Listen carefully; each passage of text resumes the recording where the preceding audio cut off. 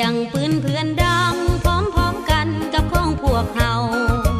สองสัตว์ลาวเวียดนามความดับศูนย์ศัตรูตัวเดียวเสียงเพื่อนใส่ยองเสียงเฮาใส่ยองดังแววพร้อมกันโคตรสานั่นพวกเฮาสะลองใส่